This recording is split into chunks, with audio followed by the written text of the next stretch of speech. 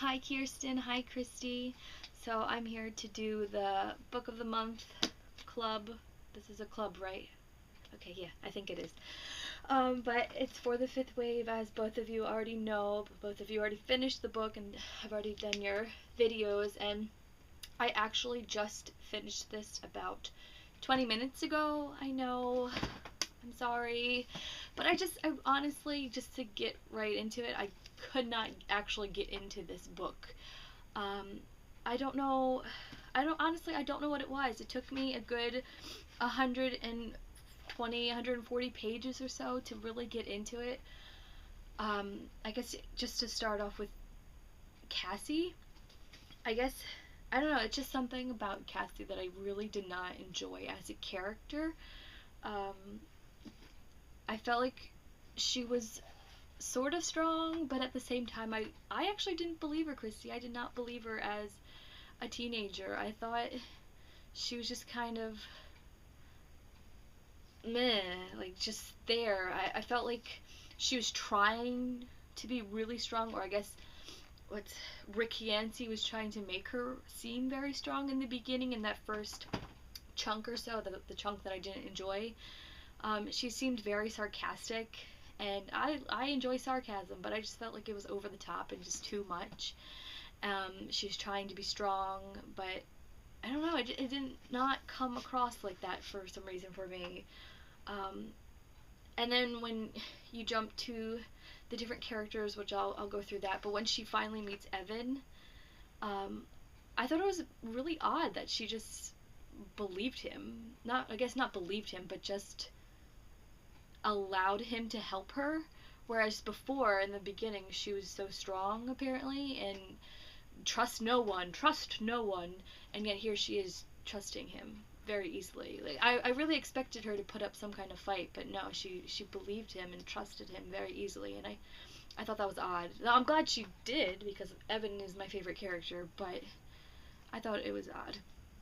Um, she seems to redeem herself in my eyes towards the end, just because of her relationship with Evan and the fact that she seems to be really close to her brother and really wants to keep her promise. And I really like that promises are really strong and throughout all the characters. So you have Evan wanting to keep his promise to Cassie, and then Ben slash Zombie wanting to somewhat keep his promise to not only Nugget, who is Sammy, who is Cassie's little brother, but also in a way just keeping the promise that he couldn't keep to his sister of keeping her alive, and the fact that he turned his back on her, kind of, in a way. Um, so I really like the promises in this story. Um, I guess talking about the different perspectives in the novel, at first I really didn't like it. The Like you, Christine, I believe Kirsten, you said it as well. The When you first get the switch from Cassie to, at first you don't know who it is, and you eventually find out it's Ben. But I was really like, who is this person? I don't know who you are. Um, but I actually figured it out pretty quickly that I was like, well, this is probably Ben. Like Christy said, there's no way that Yancey is not talking about Ben so much with Cassie that he's obviously bound to pop up. So I figured it out, especially with the whole sissy thing, and I caught on that okay, they felt Cassie and Ben share the bond of brother and the little sister. So I figured it out pretty quickly. I I hate his nickname, Zombie. I think I don't. I think it's ridiculous, to be honest. What else? Characters. Like I said, I love Evan. I think pretty early on, after meeting him, I sort of knew he was the silencer. There was just something in the back of my head saying, he seems kind of odd, and I didn't. It's not that I distrusted him in not like that kind of odd. It's just he seems kind of quirky, and basing it on the slight and the small perspective we get of the silencer before Cassie ends up meeting Evan, they seem to match. So I kind of caught on that that was him, and I was really happy it was him because I really enjoyed the silencer's perspective, and I thought it was interesting to see that this this being, this other thing that's supposed to be against the human race, is actually kind of interested in someone with humanness. I know, language. Yes. So I don't know, I really enjoyed Evan's perspective and his character, and I'm really sad, like both of you are, that he kind of just disappears in the end. And I if there's one thing that makes me want to read the second book, it's Evan. If Evan died, I would not read the rest of it, to be honest. I'm just not really interested in Cassie. I think that sounds so horrible since she's basically the main character, but it is what it is, I guess. To each his own or her own. Besides that, the actual plot, like you, Kirsten, I'm not one for aliens, like alien sci-fi. I did read Ender's Game and his entire series, and that's like the only alien thing I've ever read, and I love it. I love Ender's Game, and I heard, I actually heard, Chrissy, I heard you talk about Ender's Game and comparing this, the Fifth Wave, to, to my sister, one day when you were over, and I'm like, oh, I definitely see that, the fact that they're taking kids and kind of building this army, but the army ends up being just useless because they train them just to kill them, so I don't really understand that, really, actually. Yeah, I really don't actually understand that. That's weird.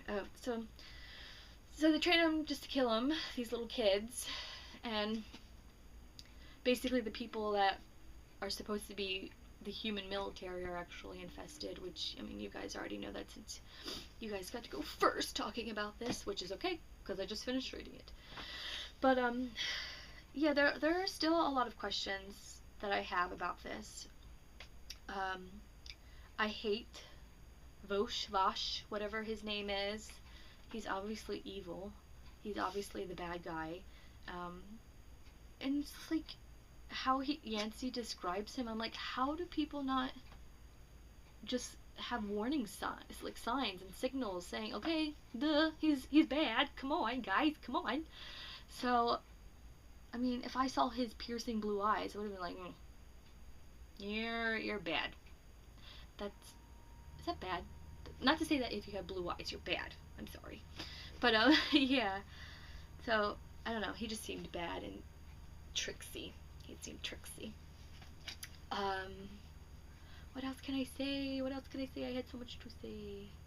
I talked about characters, perspective, basic, somewhat plot. I mean, you guys read it, you know the plot. I don't want to reveal too much.